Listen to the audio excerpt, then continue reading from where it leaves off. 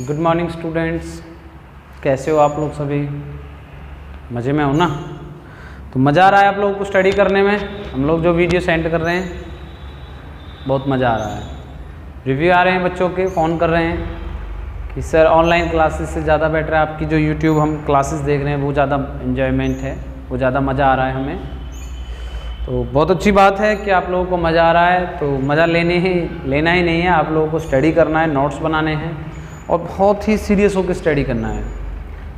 अच्छा पार्टी, आप लोग को पता है कि टाइम लगेगा, अभी काफ़ी टाइम है, लॉकडाउन खुले नहीं खुले अभी कोई पता नहीं है, कंफर्म नहीं है, लेकिन क्यों ना घर बैठ के अच्छे से स्टडी कर लिया जाए। और जिस तरह के सोर्सेज अपनाए जा सकते हैं उस तरह के सोर्स अपनाइए आप लोग स्टडी करने के लिए, चाहे वो बुक्स है या किसी जो भी आप लोग क्लासेस ले रहे हैं, ऑनलाइन, वीडियो, ऑफलाइन, वो क्लास लेना बहुत ज़्यादा ज़रूरी है।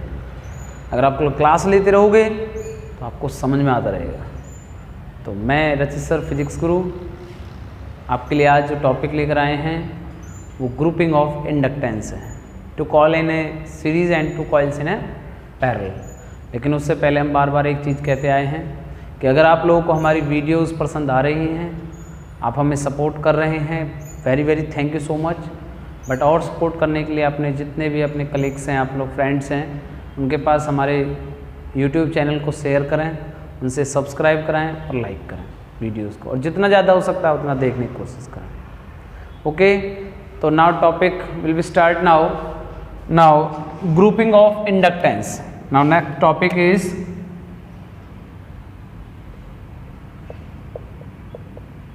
Grouping of inductance.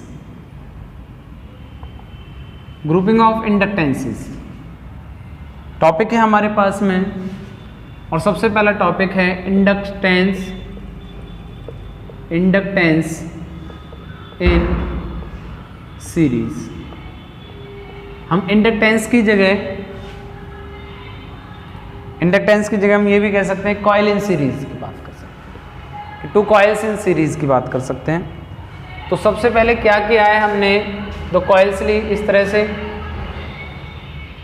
ये हमारे पास कॉइल हो गया है,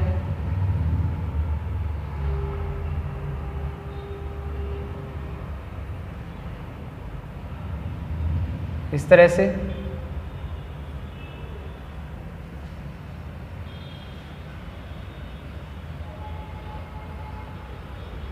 यहाँ पे आपने EMF अप्लाई कर दिया है, E। क्या EMF अप्लाई कर दिया है? E। ये सीरीज में कनेक्शन है हमारे पास में, यहाँ से हमारे पास करंट फ्लो हो रहा है, I करंट फ्लो हो रहा है। तो मैग्नेटिक फ्लक्स जो होगा वो इस तरह से, हमारे पास करंट की जो डायरेक्शन है वो इस तरह से दिखा दिया है, इसमें से इस तरह से दिखा दीजिए, इस तरह से करंट जा रहा है, ये गया इस तरह से। ये कॉइल जो है वो L1 है, ये जो कॉइल है वो क्या है, L2 है। जब हम EMF अप्लाई करेंगे तो इसके अंदर EMF इंड्यूस होगा, वो EMF होगा E1। इसके अंदर जो EMF इंड्यूस होगा वो क्या होगा, E2। क्लियर है? तो now two inductance coils, now two inductance coil L1 and L2 in series, and current flow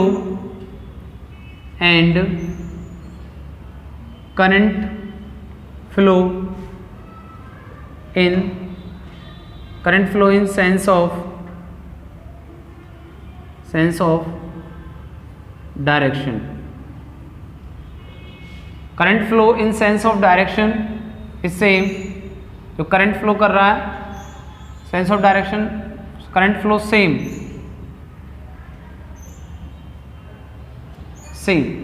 in sense of direction, कि जिस तरह से डायरेक्शन गिवन था उसी तरह से डायरेक्शन में सेम करंट फ्लो कर रहा है।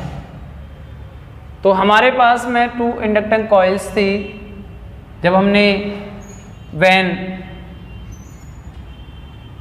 when applied EMF, when E small e EMF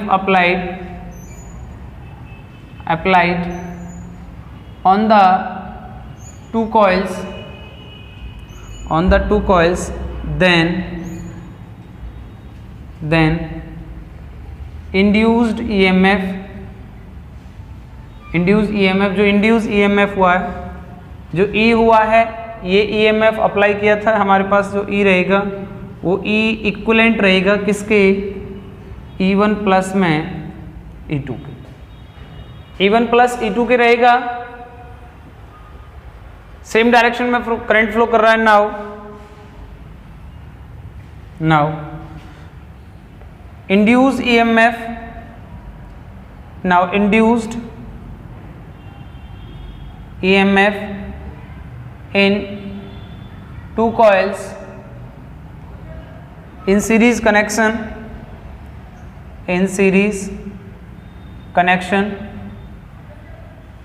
series connection के अंदर जो EMF इंड्यूस हुआ है वो E1 बराबर हुआ है माइनस के L1 DI अपॉन में DT, और उसी डायरेक्शन में हमारे करंट फ्लो कर रहा था, उसकी वजह से दूसरी कॉइल में भी हमारे पास EMF इंड्यूस हुआ है क्योंकि सेम करंट फ्लो कर रहा है, तो इसका मतलब M म्यूचुअल इंडक्शन भी हुआ है, M DI अपॉन में DT हो गया। E2 की बात करते हैं तो E2 आ गया माइनस के L2 DI अपॉन में DT माइनस के M DI अपॉन में DT। सीरीज कनेक्शन में म्यूचुअल इंडक्शन अप्लाई हो सकता है। M लगा दो, म्यूचुअल इंडक्शन की बात करे तो, नहीं करे तो कोई प्रॉब्लम नहीं। इसके बाद में हमारे पास में नाउ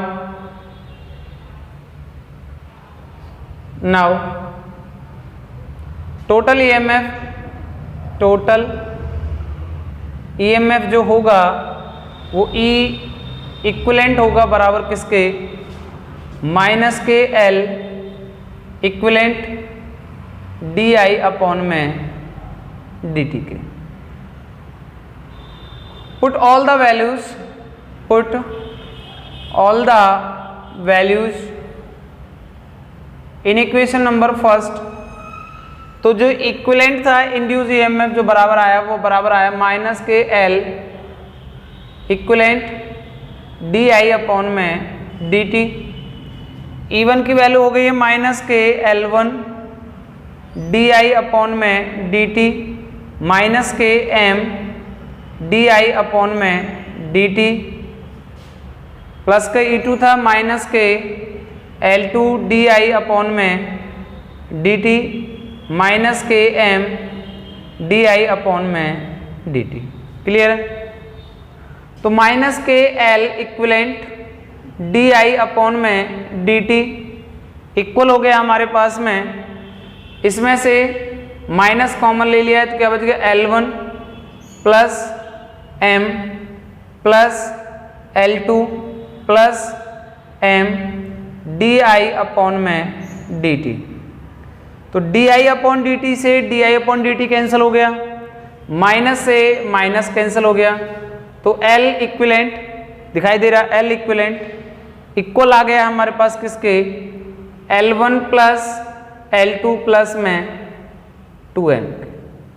ये कब है, जब टू इंडक्टेंस कॉइल्स जो थी जब उसमें सेम करंट फ्लो कर रहा था, दोनों कॉइल्स में सीरीज में, दोनों कॉइल में सेम करंट फ्लो कर रहा था, तो उसकी वजह से हमारे पास जो टोटल हमारे पास EMF या टोटल इंडक्टेंस आया वो L इक्विवेलेंट आया L1 प्लस L2। अगर म्यूचुअल इंडक्शन की बात नहीं होती तो L1 प्लस L2 छोड़ देते, M को यूं ही रहने देते, कोई जरूरत नहीं थी M को साथ लगाने की। तो मेरी बात फिर सुन लीजिए, जब आप लोगों को EMF अप्लाई करोगे करंट फ्लो होगा, कॉइल के अंदर मैग्नेटिक फील्ड बनेगी, मैग्नेटिक फील्ड से मैग्नेटिक फ्लक्स चेंज होगा और मैग्नेटिक फ्लक्स से EMF इंड्यूस होगा। जो EMF इंड्यूस हुआ है उसी EMF यहाँ से करंट फ्लो, उस समय भी EMF इंड्यूस होगा। सीरीज में है, दोनों कनेक्शन में है, एक जगह है, एक ही डायरेक्शन में करंट फ्लो सेंस दिखा रहा है, इसका मतलब म्यूचुअल इंडक्शन भी क्या हो रहा है, डिक्रीज हो रहा है, तो उसके लिए माइनस का साइन ले लिया हमने। तो आई होप मेरी बात समझ में आ गई होगी आप लोगों को। अब हम इसी से दूसरा टॉपिक इसी के बिहाफ पे करते हैं, आप इसे नोट कर सकते हैं पॉज करके। और अगर किसी तरह की प्रॉब्लम्स आ रही है तो वो प्रॉब्लम बना के सेंड कर सकते हैं आप लोग।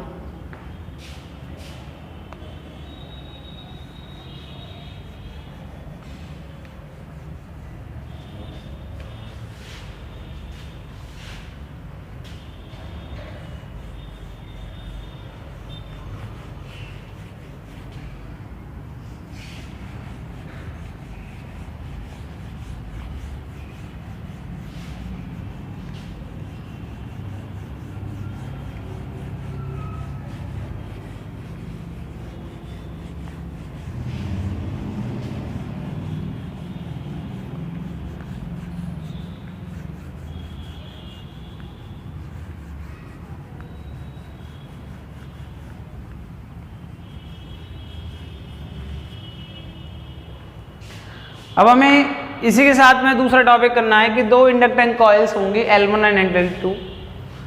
L1 और L2 दो सीरीज में है हमारे पास में, करंट फ्लो कर रहा है। तो सबसे पहले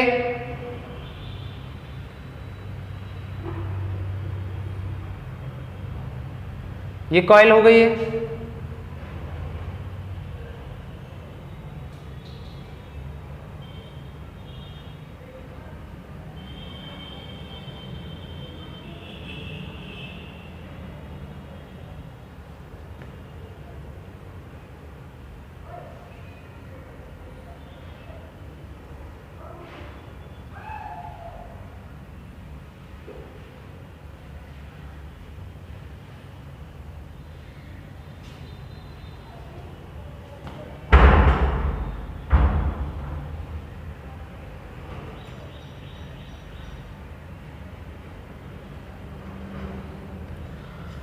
आप देख रहे हैं यहाँ पे दो कॉइल्स थी, लेकिन अब की बार थोड़ा सा डिफरेंट कर दिया है कि इन दोनों कॉइल्स के अंदर ईएमएफ इंड्यूस हो रहा है E1 एंड E2, लेकिन अब की बार जो L2 in series and current flow in opposite, current flow in opposite sense of direction, sense of direction.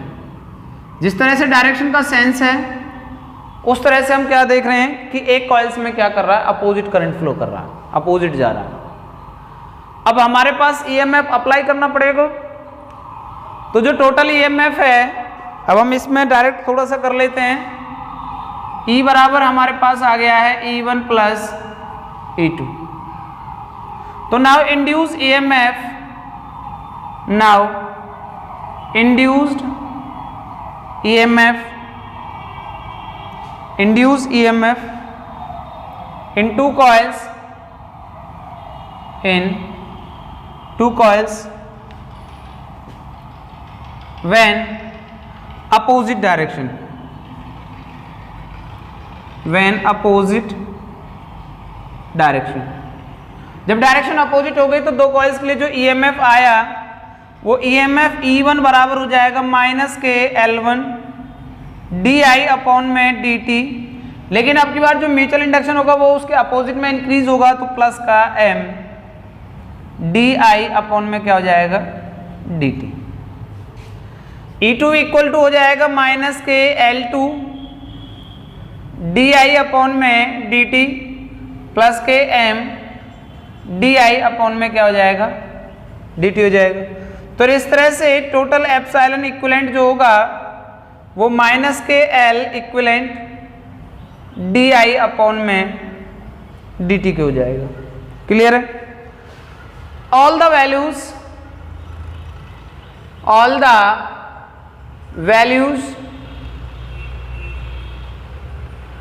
Values put in equation number first.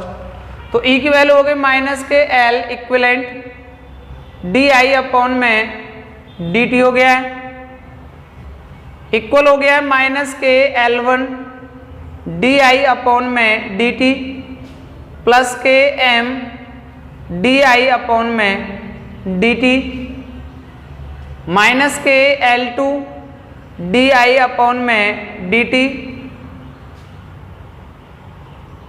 Plus के M DI अपॉन में DT। इसमें से minus के L equivalent total self induction जो था di upon में dt, क्योंकि current same flow करेगा सीरीज में, लेकिन अपोजिट डायरेक्शन के लिए अब की बार आ गया। माइनस कॉमन ले लिया है तो क्या बच गया, L1 माइनस के m प्लस के L2 माइनस के m di अपॉन में dt। di अपॉन dt से di अपॉन dt कैंसिल हो गया और माइनस से माइनस कैंसिल हो गया, तो L इक्विवेलेंट इक्वल आया है L1 प्लस L2 और माइनस के 2m। अब की बार क्या आ गया है कि अब की बार अपोजिट डायरेक्शन के लिए जो म्यूचुअल इंडक्शन आ गया है वो किसका आ गया है, माइनस का साइन आ गया। तो आई होप मेरी बात आपको क्लियर आ रही होंगी समझ में। तो आप लोग इसे नोट करिए पॉज करके। अब की बार पहले सेम डायरेक्शन में करंट फ्लो कर रहा था, अब की बार अपोजिट डायरेक्शन में करंट फ्लो कर रहा है, और अगर किसी तरह की कोई प्रॉब्लम्स आ रही है उसे बताइए। ओके, तो नाउ हम नेक्स्ट टॉपिक करते हैं, इंडक्टेंस इन पैरेलल। हम इसे रफ कर देते हैं।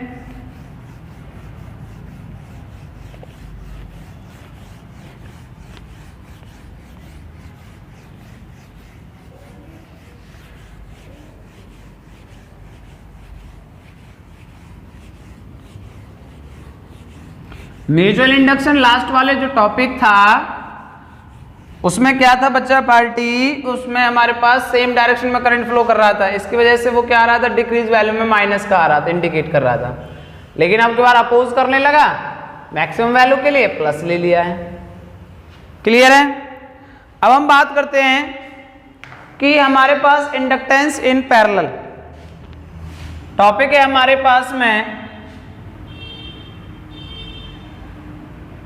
Inductance in parallel.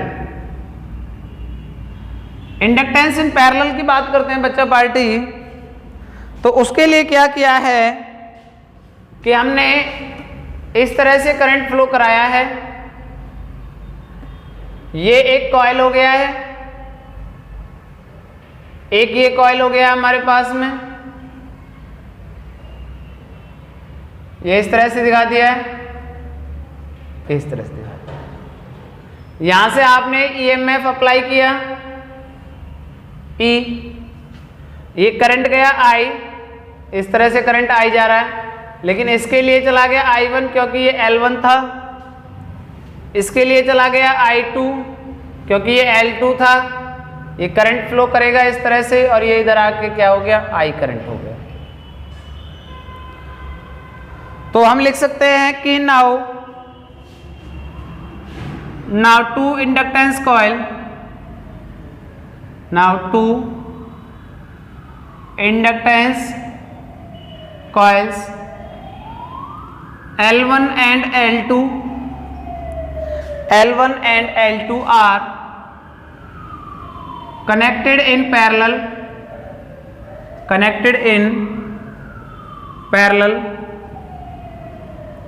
then current are different flowing,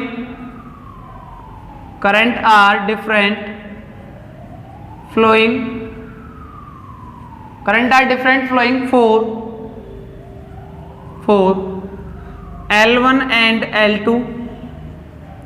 Now total current,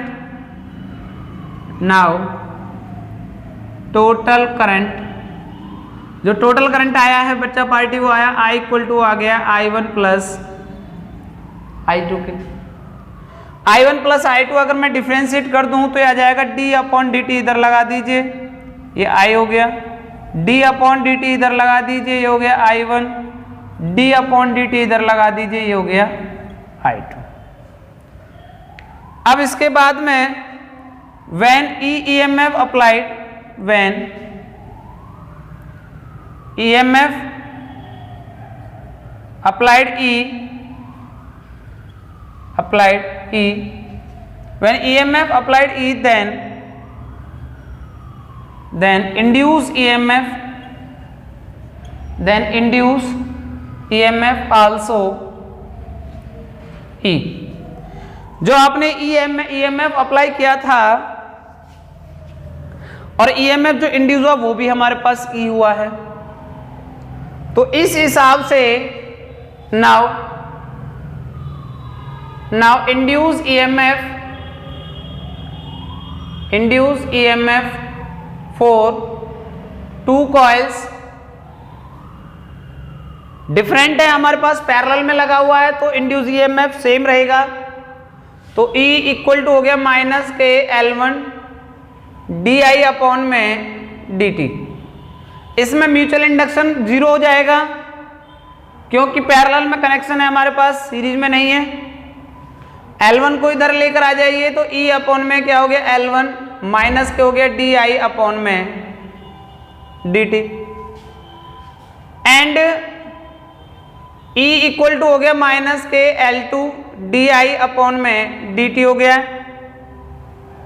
तो E अपॉन में ये हो गया L2 E upon L2 equal to हो गया माइनस के, ये हमारे पास DI1 था, ये हो गया DI2 अपॉन में ये क्या हो गया है DT हो गया है।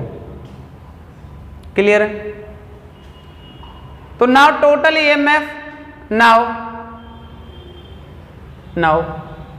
E इक्विवेलेंट जो हमारे पास रहेगा E इक्वल टू हो जाएगा माइनस के L इक्विवेलेंट DI अपॉन में DT। जो सेल्फ इंडक्शन रहेगा टोटल वो minus L equivalent DI upon DT। तो E एज इट इज है माइनस के L इक्विवेलेंट और DI अपॉन DT जो होता है DI अपॉन DT होता है DI1 upon DT DI2 upon DT। तो ये जाएगा DI1 अपॉन DT हो जाएगा, DI अपॉन DT की जगह कितना आ गया DI1 अपॉन DT प्लस में DI2 अपॉन में DT हो गया। E equal to E upon में ये ले लिया L इक्विवेलेंट, सेल्फ इंडक्शन का टोटल ले लिया E अपॉन में L इक्विवेलेंट। तो ये हो गया है माइनस के DI1 अपॉन में DT माइनस में DI2 अपॉन में DT हो गया है। तो E अपॉन में L इक्विवेलेंट इक्वल आ गया है माइनस के DI1 अपॉन DT किसके बराबर आया है E अपॉन में L1 के आ गया, माइनस के DI2 अपॉन DT किसके बराबर आया है प्लस के E अपॉन में L2 आ गया। क्लियर है यहां तक? इसके बाद में E अपॉन में L इक्विवेलेंट इक्वल हो गया हमारे पास में E बाहर निकाल लिया है तो ये बच गया 1 upon L1 plus 1 upon L2। क्या आपको दिखाई दे रहा है? ये दिखाई नहीं दे रहा है, थोड़ा सा मैं हल्का सा कैमरा इधर कर लेता हूं, हल्का सा।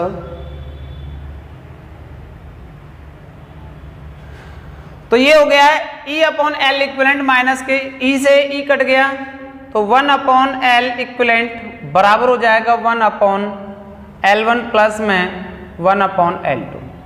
तो ये किसके लिए आ गया है? ये पैरेलल के लिए कनेक्शन आ गया। ये किसके लिए आ चुका है? पैरेलल के लिए कनेक्शन। सीरीज के लिए निकाल दिया, L इक्विवेलेंट बराबर किसके था? L1 प्लस L2 के था। अगर म्यूचुअल इंडक्शन की बात करेगा तो सेम डायरेक्शन में करंट फ्लो करेगा तो प्लस 2M लगा दोगे, अगर अपोजिट डायरेक्शन के लिए बात करेगा तो माइनस 2M लगा दोगे, और पैरेलल के लिए बात करेगा तो 1 अपॉन L इक्विवेलेंट बराबर आ जाएगा 1 upon L1 plus 1 upon L2। तो आई होप मेरी बात समझ में आ गई है आप लोगों को? क्लियर है? तो अब हम इसे रफ करते हैं और इसके बाद पर एक न्यूमेरिकल करते हैं हम यहाँ पे। ओके, आप इसे पॉज करके नोट कर सकते हैं।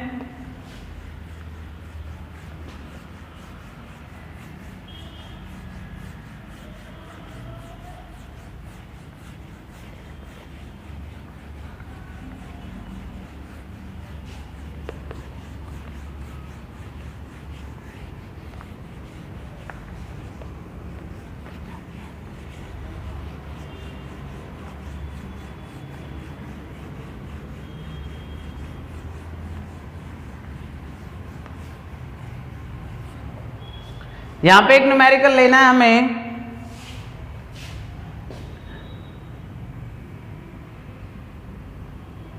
एक न्यूमेरिकल लिया है कि हमारे पास में इस तरह से एक कॉइल दी गई थी, इसके बाद में यहाँ पे एक कॉइल दे रखी है, एक कॉइल ये दे रखा है। हमें टोटल रिजल्ट फाइंड आउट करना है। अगर इसकी वैल्यू 0.75 हेनरी दे रखा है, ये L1 है, L2 दे रखा है 0.5 हेनरी और L3 दे रखा है 0.5 हेनरी। तो A से B के बीच में टोटल इंडक्टेंस बताइए। तो सबसे पहले हम क्या करेंगे, आपने देख रहे हो कि L2 और L3 दोनों किस में लगे हुए हैं, पैरेलल में लगे हुए हैं। तो now we know that parallel combination क्या होता है। पैरेलल कॉम्बिनेशन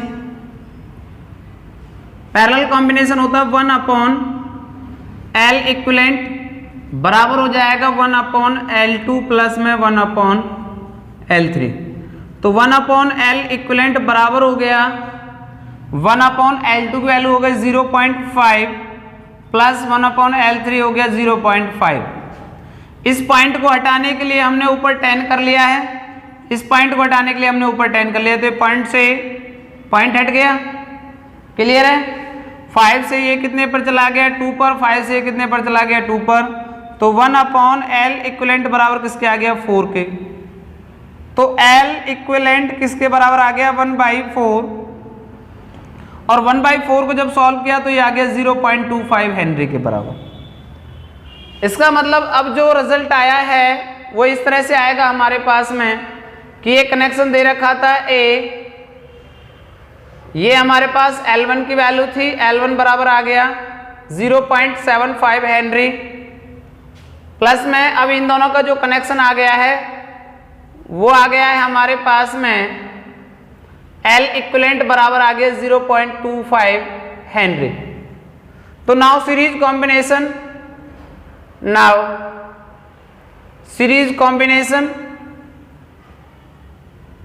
सीरीज कॉम्बिनेशन के लिए L बराबर हो जाएगा L1 प्लस में L इक्विवेलेंट। L बराबर L इक्विवेलेंट, L1 कितना आया 0.75 प्लस में L इक्विवेलेंट कितना आया 0.25। जब 0.75 और 0.25 को ऐड करोगे तो कितना आएगा 1। तो टोटल इंडक्टेंस जो आया है A से B के बीच में वो कितना आया है, 1 हेनरी आ गया। कितना आ गया, 1 है। तो इस तरह से आप लोगों को कुछ न्यूमेरिकल सॉल्व करने हैं। एनसीईआरटी बुक लीजिए, एनसीईआरटी बुक लेकर ये आज हमारा फर्स्ट चैप्टर कंप्लीट होता है इसमें यूनिट 4th में। और अगर हम बात करें तो चैप्टर नंबर 6 कंप्लीट हो चुका है। अब हमारे पास सीधा डायरेक्ट एसी वाला चैप्टर बचता है। ईएमआई खत्म हो चुका है, अब एसी वाले चैप्टर से स्टार्ट करेंगे जिसमें हम एसी जनरेटर ट्रांसफार्मर स्टडी करेंगे। तो बच्चा पार्टी आज जितने भी टॉपिक्स कराए हैं उसके बिहाफ पर आप लोगों का जो चैप्टर नंबर 6 है एनसीईआरटी बुक के अकॉर्डिंगली ईएमआई, उस ईएमआई के आप लोगों को न्यूमेरिकल करने हैं। एनसीईआरटी न्यूमेरिकल सॉल्व कर लिए। अगर किसी न्यूमेरिकल में प्रॉब्लम्स आ रही है तो आप डायरेक्ट मुझे मैसेज सेंड कर सकते हैं, उसका क्लिक करके भेज सकते हैं, मैं उसका सॉल्यूशन आप लोगों को करके दूंगा। बट प्लीज़ प्लीज़ प्लीज़ बार बार कह रहा हूँ आप लोगों से क्या कि आप लोग अपने हाथों से खुद नोट्स बनाइए, बुक्स को स्टडी करिए, बुक स्टडी करके खुद करने की कोशिश करिए, डिपेंडेंट बिल्कुल भी ना हो। समझिए, जरूरी है समझना, बट करने की कोशिश करिए। आप कोई भी बुक यूज कर सकते हैं, चाहे वो एसएल अरोरा हो, चाहे एनसीईआरटी हो, चाहे प्रदीप हो, जेबीडी हो, मॉडर्न एबीसी हो, वगैरह वगैरह, कुछ भी मैटर नहीं रखता है। मैटर रखता है कि आप लोग कितना स्टडी कर रहे हो, कितने आवर स्टडी कर रहे हो और क्या करने वाले हो। बिल्कुल इमेजिन करके स्टडी करिए, अच्छी तरह से स्टडी करिए। अगर कोई प्रॉब्लम्स है तो उसे पूछिए, क्वेश्चन पूछने की आदत डालिए।